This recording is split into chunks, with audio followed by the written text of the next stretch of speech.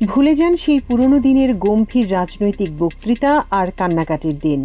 দিল্লির রাজপথে নিট প্রশ্ন ফাঁসের বিরুদ্ধে চলমান আন্দোলন এখন এক সম্পূর্ণ নতুন রূপ নিয়েছে, যেখানে পুলিশের কাঁদানে গ্যাস আর লাঠিচার্জের জবাব দেওয়া হচ্ছে উগ্র স্লোগানে নয়, বরং জেনজি তরুণদের ধারালো মিম আর ডার্ক হিউমার দিয়ে।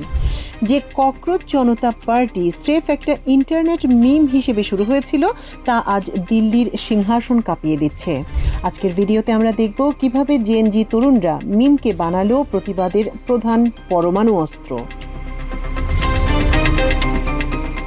ঘটনার সবচেয়ে অবিশ্বাস্য মোড় আসে গত 20শে জুলাই চলো সংসদ মার্চে। পুলিশ যখন আন্দোলনকারীদের তাড়া করছে, সাধারণ সময়ে মানুষ যেখানে ভয় পেত, সেখানে জেনজি তরুণরা সেই ফুটেজ নিয়ে বানিয়ে দিল সোশ্যাল মিডিয়া কাঁপানো রিলস।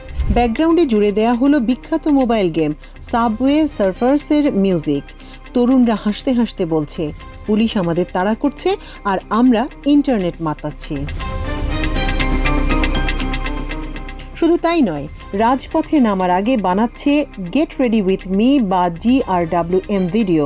এক 20 বছর বয়সী তরুণীর ভিডিও তো তুমুল ভাইরাল, যেখানে সে হাসি মুখে তার পোশাক দেখিয়ে বলছে, গাইজ আজকে পুলিশের মার খেতে যাচ্ছি, দেখে নাও আজকে কি পড়েছি। সিস্টেমের তৈরি করা ভয়ের সংস্কৃতিকে এক তুড়িতে উড়িয়ে দেওয়ার এর চেয়ে আধুনিক কৌশল আর কি হতে পারে। দিল্লির যন্তর মন্তরের ধুলোবালির মধ্যে এখন দেখা মিলছে হলিউডের স্পাইডারম্যান আর ব্যাটম্যানের কস্টিউম পরা ছাত্রদের। তাদের প্ল্যাকার্ডে লেখা, ব্যাটম্যানের গথম সিটির চেয়েও আমাদের দিল্লির শিক্ষা ব্যবস্থার অবস্থা খারাপ। এমনকি বলিউডের রোম্যান্টিক সিনেমা তু ঝুঠি ম্যাম মাক্কারের বিখ্যাত গানকেও ছাড়েনি এই মিমাররা।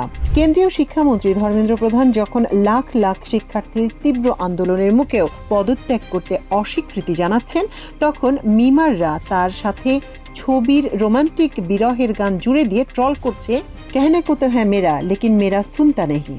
সোশ্যাল মিডিয়ায় ছড়িয়ে পড়া আরেকটি মিমে বলা হয়েছে, শিক্ষামন্ত্রী এই বাজারে পদত্যাগ করছেন না কারণ ভারতে বেকারত্ব চরম পর্যায়ে, উনি পদ ছাড়লে নতুন চাকরি পাবেন না। আপনার কি মনে হয়, প্রথাগত গম্ভীর আন্দোলনের চেয়ে জেনজির এই মিম স্ট্র্যাটেজি কি সরকারকে বেশি চাপে ফেলতে পারবে? শিক্ষামন্ত্রী কি শেষ পর্যন্ত পদত্যাগে বাধ্য হবেন? আপনার মূল্যবান মতামত নিচে কমেন্ট করে জানান।